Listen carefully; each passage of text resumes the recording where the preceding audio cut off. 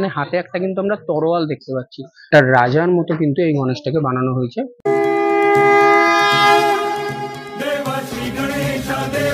Cute Ganesh, বাচ্চা গণেশ কিন্তু মানে বেশ সুন্দর। আমরা কুমোরটুলিতে কিন্তু এরকম একটা দুর্গা ঠাকুর এবারে দেখতে পেয়েছি বানানো হচ্ছে, এখানে নতুন পাড়াতেও কিন্তু এরকম একটা কিউট গণেশ আমরা দেখতে পাচ্ছি, একটা বাচ্চা বাচ্চা কিউট গণেশ ঘোড়ার গাড়িতে চেপে গণেশ দৌড় দিয়েছে, এরকম একটা ব্যাপার। যদি একটু আস্তে আস্তে নিচের দিকে যাই, এখানে কিন্তু আমরা দেখতে পাচ্ছি দুখানা ষাঁড়, এরকম মাঝখানে গণেশ এবং দুটো ষাঁড়ের ওপর চেপে গণেশ কিন্তু যাচ্ছে।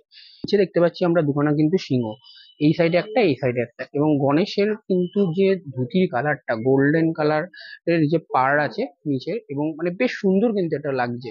একটা কালারটার ডিজাইনটা যে ম্যাচিংটা, সেটা কিন্তু হেভি সুন্দর লাগছে।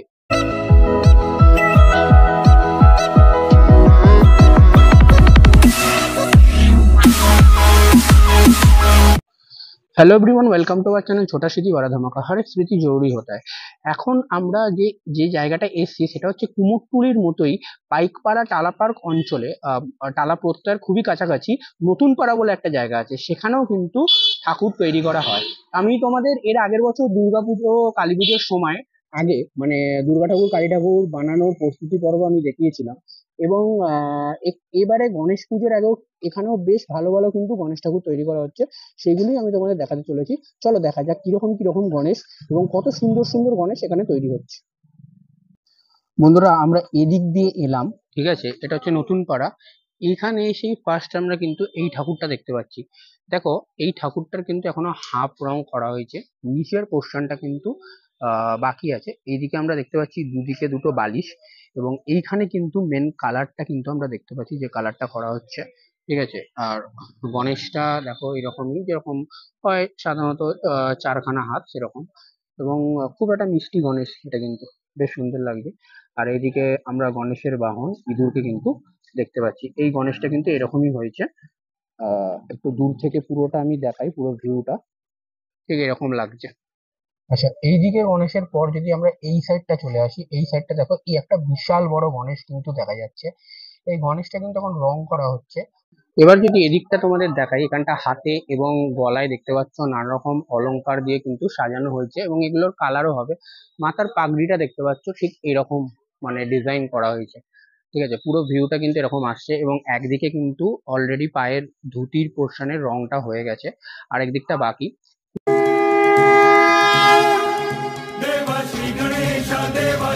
একটু ভেতরের দিকে আসার পর দেখতে পেলে এখানে দুখানা গণেশ আমরা দেখতে পাচ্ছি, পুরো সেম টু সেম বানানো হয়েছে, একটা ছোট ভাই একটা বড় ভাই, ঠিক আছে। এখানে যে আমরা পাশ বালিশ গুলো তাদের দেখতে পাচ্ছি অরেঞ্জ কালারের, ঠিক আছে। এ দেখো, এটা একটা ছোট্টর ওপর বানানো হয়েছে, এটা একটু বড়র ওপর বানানো হয়েছে। আচ্ছা, এখানটা দেখতে পাচ্ছ দাদা কিন্তু একটা কাজ করছে, যে অলংকার গুলো থাকে না গণেশের, সেইগুলো কিন্তু মাটি দিয়ে কিন্তু ডিজাইন করে করে বানানো হচ্ছে। যদি সামনের দিকে যাই, এই দেখো কি সুন্দরভাবে বানাচ্ছে। দেখি এই গণেশগুলো আমি যদি তোমাদের দেখাই, এখানে একটা দেখো পুরো একদম চেয়ারম্যানের মতো বসে আছে এই গণেশ ঠাকুরটা। এইদিকের গণেশ ঠাকুরটা যদি দেখি, পিঙ্ক কালারের ওপর কিন্তু করা হয়েছে, এখনো কিছুটা রং বাকি। এবং এইদিকে যদি একটু দেখি, এই গণেশগুলো কিন্তু এইগুলি সেম টু সেম এরকম, ছোট ভাই বড় ভাই মেজো ভাই এরকম সমস্ত সাইজের কিন্তু আছে। এবং ওইখানে কিছু গণেশের আমরা দেখতে পাচ্ছি, এখানে যেমন রেড পাশবালিশ, ওখানটা কিন্তু যে মানে পাশবালিশ বা কোলবালিশ গুলো যেগুলো আছে, সেটা কিন্তু ওখানে দেখছি কিছুটা তুতে কালারের আছে কিন্তু। এরকম কিন্তু কিছু দেখতে পাচ্ছি আমরা। আচ্ছা, এই দিকটা যদি একটু দেখি, এখানে দেখো হাতের আঙুল গুলো বানিয়ে বানিয়ে একটা হাত বানিয়ে সেই ছাঁচে আমরা কিন্তু দেখতে পাচ্ছি আহ গণেশ ঠাকুরের হাতগুলো কিন্তু বানানো হচ্ছে, এবং আঙুল গুলো দেখো একটু জুম করে তোমাদের দেখাই প্রতিটা হাতের।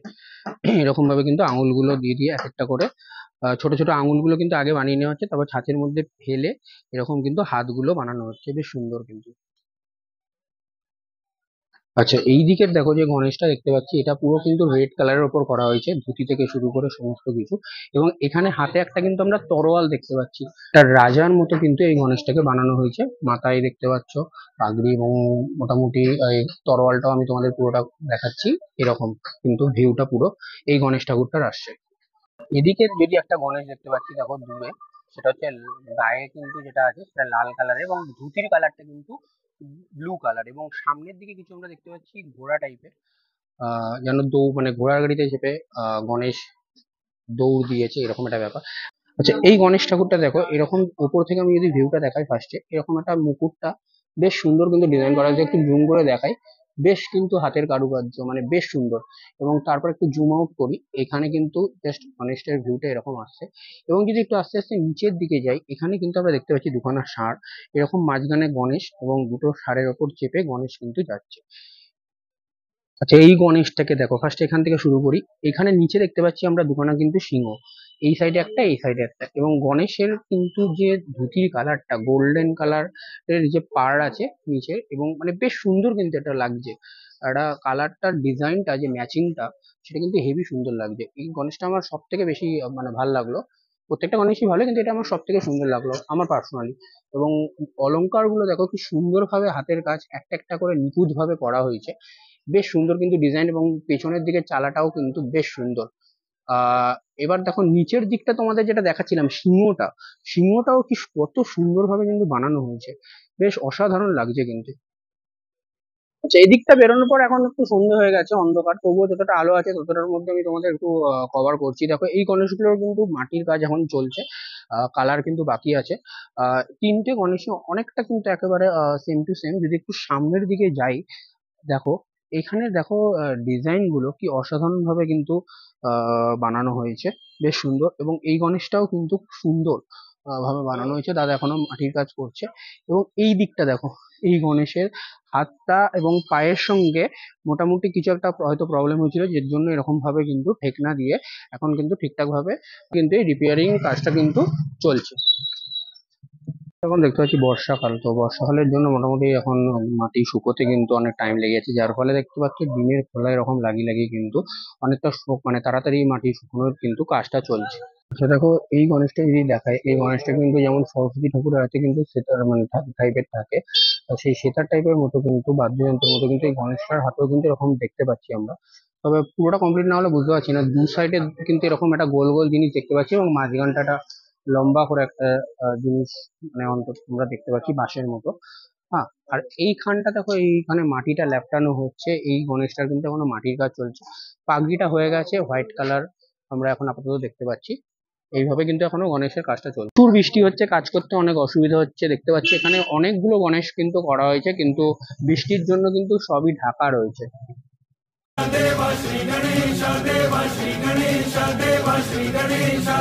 বন্ধুরা, এই গণেশটা দেখো, জাস্ট অসাধারণ একটা কিউট গণেশ, বাচ্চা গণেশ কিন্তু মানে বেশ সুন্দর। আমরা কুমোরটুলিতে কিন্তু এরকম একটা দুর্গা ঠাকুর এবারে দেখতে পেয়েছি বানানো হচ্ছে, এখানে নতুন পাড়াতেও কিন্তু এরকম একটা কিউট গণেশ আমরা দেখতে পাচ্ছি, একটা বাচ্চা বাচ্চা কিউট গণেশ। দেখো এখানে একটা গণেশ বানানো হচ্ছে এখনো, হাতে কিন্তু এরকম একটা আমরা লাঠি টাইপের দেখতে পাচ্ছি, এবং ওপরটা যদি অংশটা দেখতে পাই, একটা আমরা সাপ দেখতে পাচ্ছি।